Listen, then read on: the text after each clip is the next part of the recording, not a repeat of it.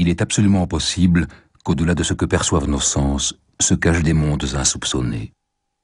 Albert Einstein.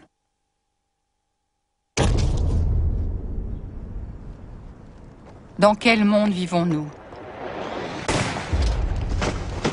Quelle est sa nature? Une seconde dure-t-elle toujours une seconde? Et un mètre mesure-t-il partout un mètre? Est-ce que le temps et l'espace sont constants?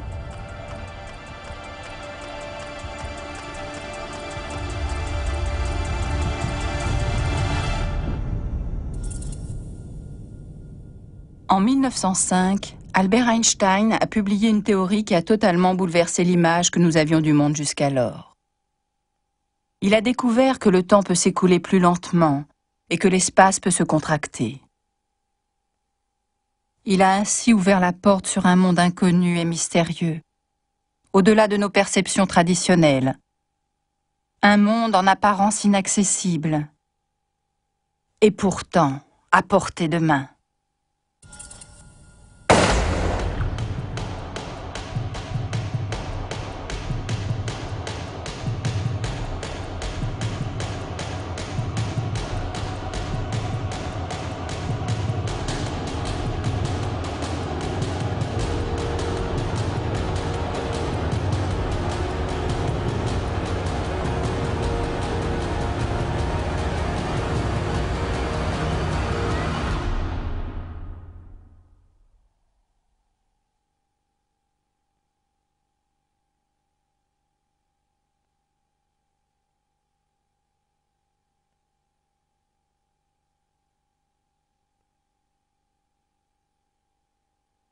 Tout a commencé avec une découverte que personne n'a su expliquer dans un premier temps.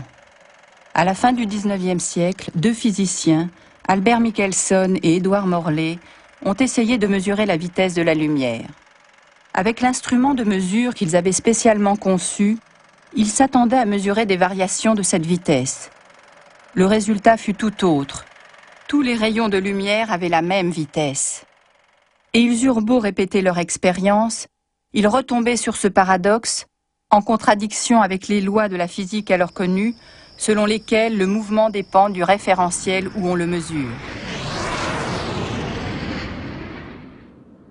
Ainsi, un observateur stationnaire voit passer plus rapidement un avion à réaction que ne le verrait un passager volant dans un second avion à proximité du premier. La vitesse ne dépend pas seulement de l'objet en mouvement, mais aussi du mouvement de l'observateur lui-même. Michelson et Morley ont d'abord tenté d'appliquer ce principe à la lumière.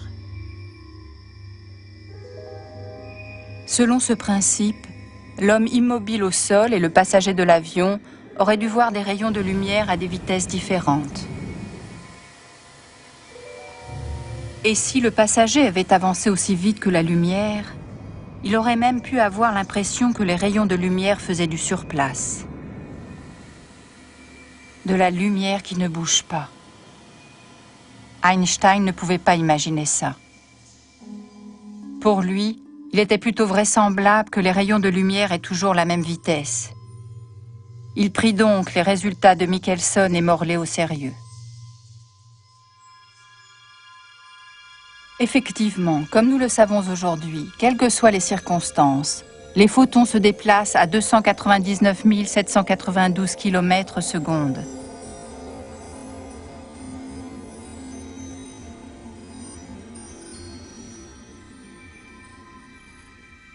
Mais si la vitesse de la lumière est toujours constante, il est impossible que les deux observateurs qui ont des mouvements différents enregistrent une vitesse différente pour le déplacement d'un photon, donc des distances d'une longueur différente. La distance parcourue par la lumière doit être la même pour les deux. Mais cela entraîne un problème dans la formule de la vitesse. Si la vitesse est constante, alors les deux autres termes de l'équation, c'est-à-dire d'une part la distance parcourue et d'autre part le temps nécessaire pour la parcourir, doivent donc se comporter d'une manière différente de ce que l'on supposait jusque-là.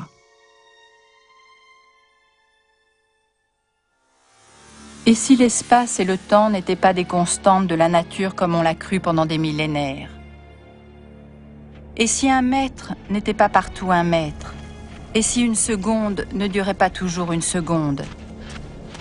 L'être humain ne le vit-il pas exactement ainsi depuis des milliers d'années? Pourquoi vouloir tout bouleverser? Einstein était prêt à remettre en cause le caractère absolu de l'espace et du temps et de les relativiser. Pour lui, le temps était simplement ce que mesurait une horloge. Des heures, des minutes et des secondes.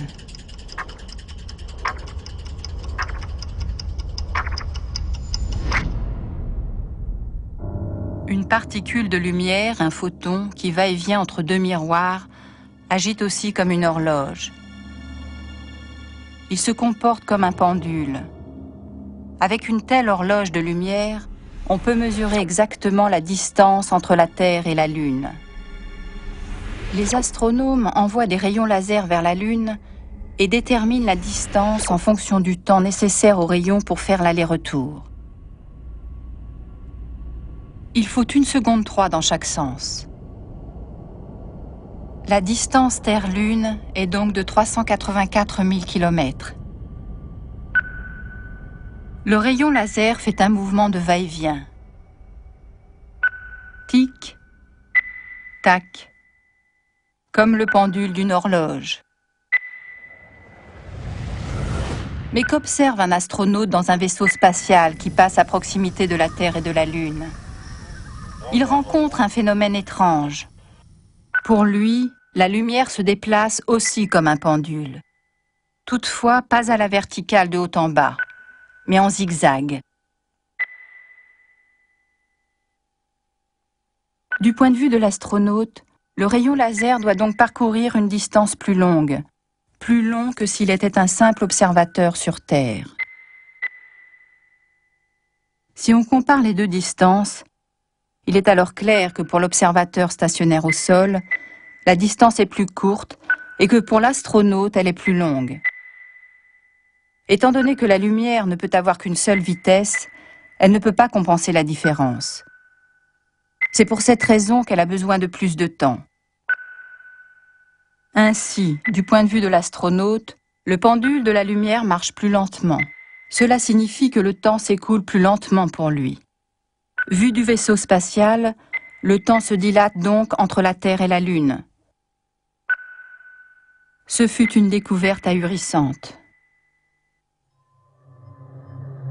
Le mouvement provoque un ralentissement du temps. En termes simples, cela signifie tout simplement que des horloges en mouvement marchent plus lentement que des horloges stationnaires.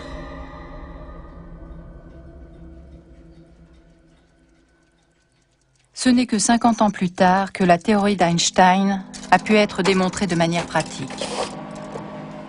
Après l'invention de l'horloge atomique, qui permet des mesures extrêmement précises, une expérience appropriée a enfin été possible.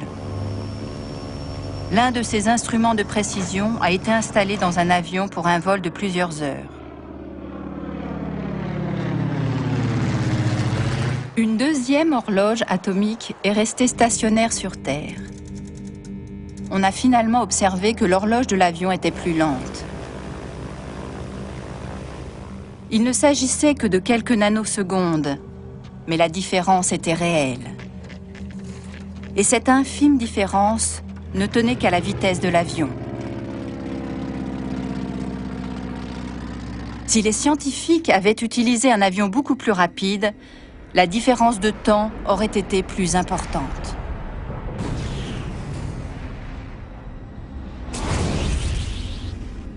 L'horloge à bord aurait été nettement plus lente que celle laissée sur Terre pour la comparaison.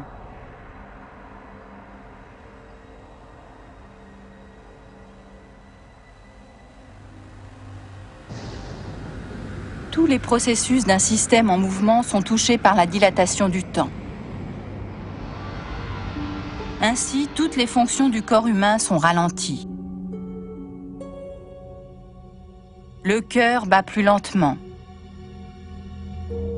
Chaque mouvement et même la parole ralentissent. Le processus du vieillissement est également affecté. Et le sable d'un antique sablier s'écoule moins vite qu'avant. Toutefois, pour les astronautes, rien ne change. Dans leur vaisseau spatial, ils ne remarquent pas la dilatation du temps. Ils ne voient pas non plus que le vaisseau, les objets à bord et eux-mêmes se contractent dans la direction du mouvement. C'était la deuxième découverte absurde et étrange d'Einstein. Les objets en mouvement se contractent. Mais que se passe-t-il à leur retour sur Terre? Après un voyage d'1 an seulement, à une vitesse proche de celle de la lumière, les occupants du vaisseau auraient vieilli d'1 an, tandis que leurs camarades restés sur Terre auraient eux vieilli de 20 ans. Leur retour sur Terre aurait été un voyage dans le futur, et le vaisseau serait devenu une machine à voyager dans le temps.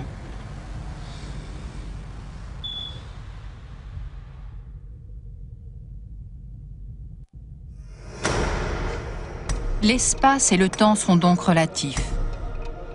Tous ceux qui passent à côté de nous vieillissent plus lentement tout en se contractant. Nous ne le voyons pas, car nos vitesses sont bien trop faibles. Les phénomènes qui résultent de la théorie de la relativité d'Einstein ne s'observent clairement qu'à partir de 10% environ de la vitesse de la lumière. C'est 30 000 fois plus vite que le plus moderne des vaisseaux spatiaux. 100 millions de kilomètres/heure. Si on pouvait lancer une navette spatiale à cette vitesse, les astronautes observeraient de leurs propres yeux le ralentissement du temps. Mais quoi qu'il se passe, ils le verraient au ralenti. Par exemple, un astéroïde qui croiserait la trajectoire d'une planète et s'y écraserait, tomberait, de leur point de vue, à une vitesse anormalement lente sur la surface.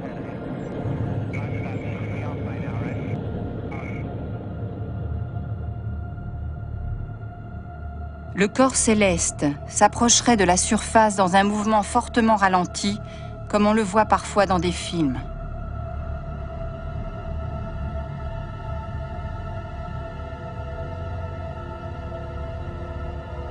Il toucherait la planète presque en douceur et pourtant les dégâts seraient effroyables.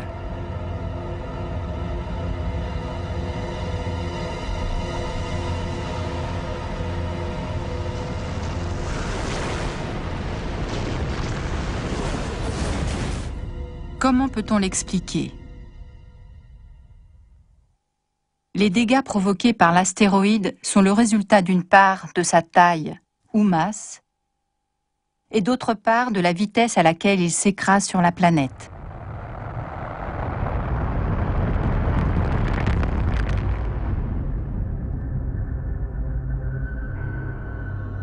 Si les astronautes voient l'astéroïde tomber doucement, mais que les dégâts provoqués sont ceux que produirait un choc à vitesse normale, alors, à leurs yeux, sa masse doit logiquement être plus grande. Mais la masse d'un corps peut-elle grandir? Tout comme le temps et l'espace peuvent se modifier.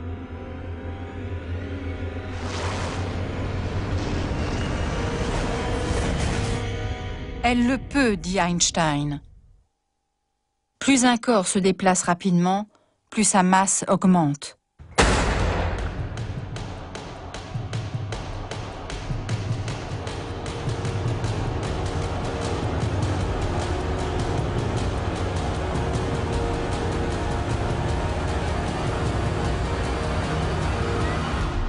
C'est la troisième découverte d'Einstein. Tandis qu'il s'attaque au phénomène en le mettant en équation, il constate que la masse n'est rien d'autre que de l'énergie sous une forme particulière. C'est la conclusion la plus importante de sa théorie de la relativité. Cette énergie peut être calculée mathématiquement en multipliant la masse par le carré de la vitesse de la lumière. E égale mc2. La formule la plus célèbre du monde. La puissance de l'énergie dont il s'agit ici est formidable. Même quand un corps est inerte, 1 kilo de sa masse au repos peut avoir l'énergie nécessaire pour soulever un lac alpin de taille moyenne.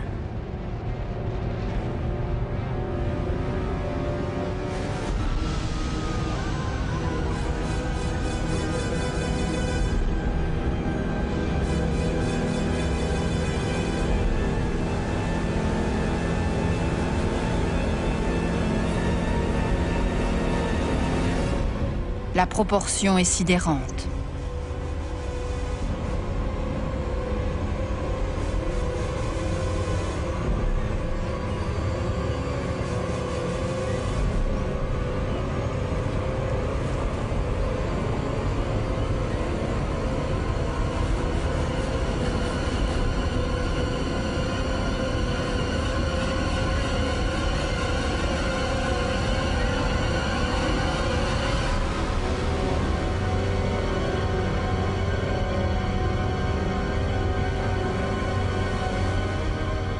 Vraiment incroyable.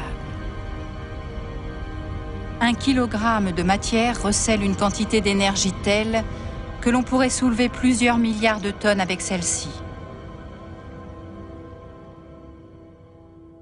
Au début, la formule d'Einstein n'était pas du tout clairement comprise. On la considérait comme une simple possibilité théorique et on ne la prenait pas très au sérieux. Puis des physiciens de l'atome ont découvert que les constituants du noyau atomique, les protons et neutrons, sont liés les uns aux autres par une incroyable force.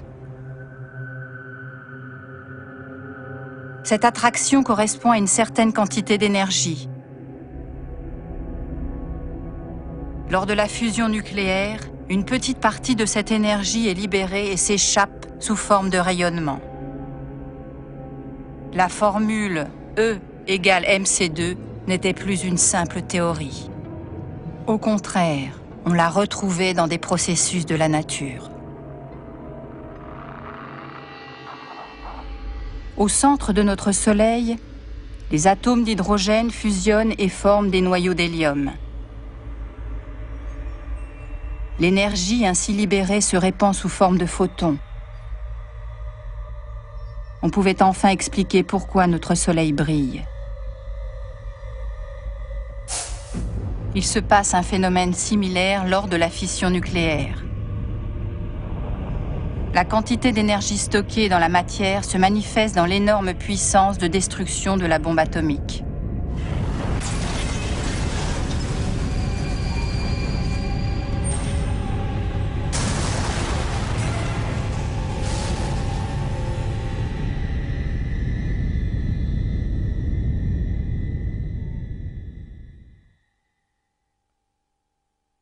Einstein a réussi quelque chose d'exceptionnel. Il a développé une nouvelle compréhension de l'espace et du temps et ainsi redéfini certaines lois de la nature. Mais il a aussi compris que son concept avait des limites. C'est seulement lorsque des systèmes passent à la même vitesse et en ligne droite à côté d'un observateur qu'ils rétrécissent et que les mécanismes des horloges ralentissent. C'est la raison pour laquelle ces effets sont appelés théorie de la relativité restreinte.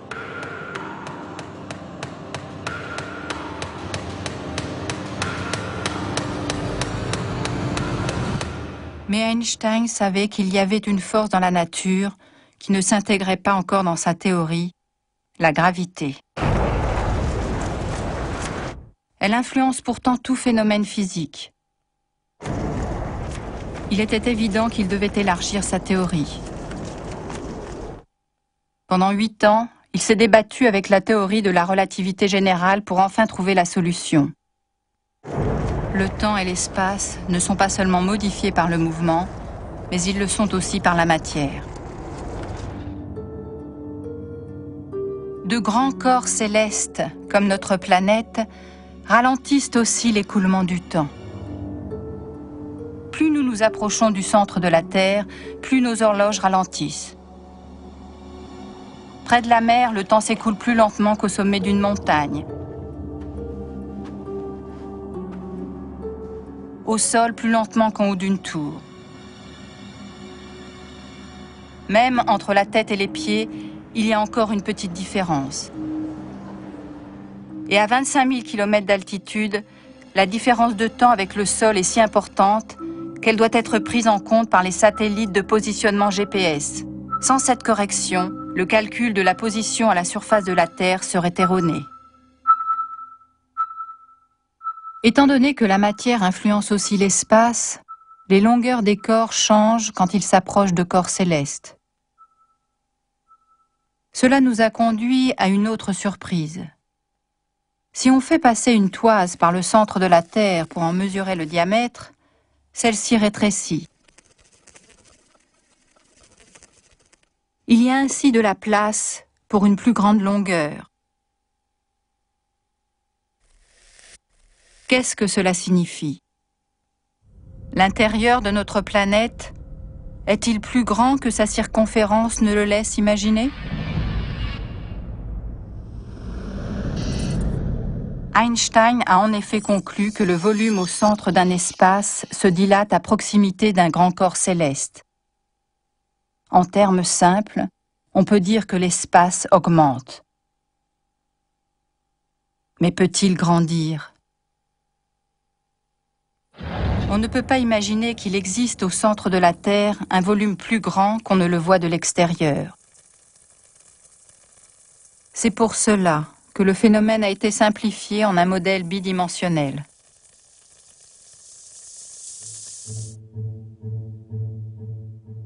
La surface plane sert de symbole pour l'espace. Quand il augmente, la surface s'étire et se courbe. La courbure crée la place nécessaire.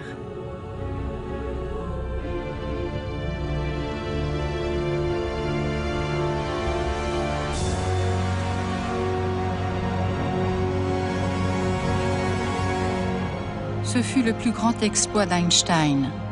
Il a tout simplement réussi à définir la gravité.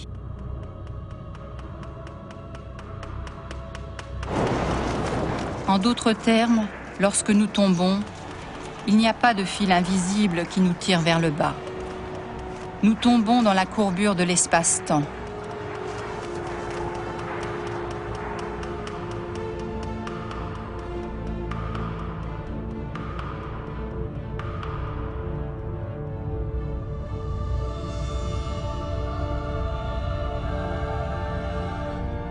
On peut à présent comprendre que l'orbite du satellite GPS autour de la Terre soit un mouvement influencé par la courbure de l'espace.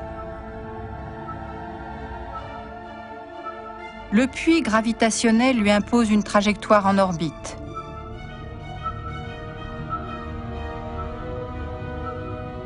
Sans elle, le satellite se déplacerait en ligne droite. La même loi s'applique aux planètes qui se déplacent également en orbite à cause de la courbure de l'espace.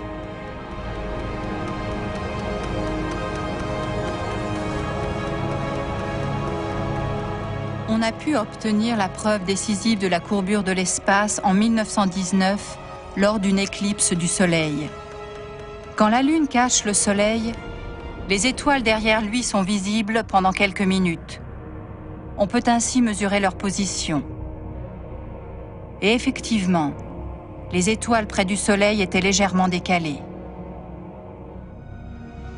Près de la masse du Soleil, la lumière est déviée et se déplace sur une trajectoire courbe.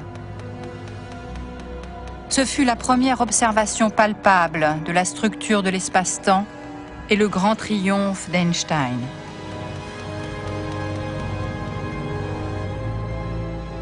La théorie de la relativité prédit des courbures de l'espace encore plus extrêmes. Quand à la fin de son cycle de vie, une étoile s'effondre sur elle-même, ou implose sous l'énorme pression de sa propre gravité, elle courbe l'espace-temps de manière si intense qu'une partie d'elle-même s'isole du monde extérieur. Plus aucune lumière ne s'échappe du puits gravitationnel ainsi créé, et l'étoile devient invisible. C'est ce qu'on appelle un trou noir.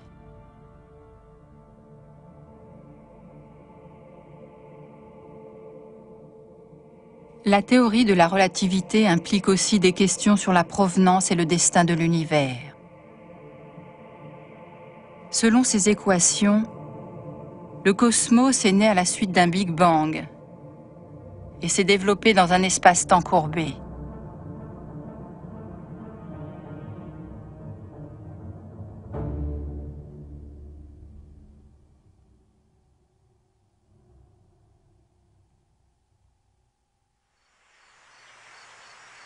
Nous sommes convaincus qu'une seconde reste une seconde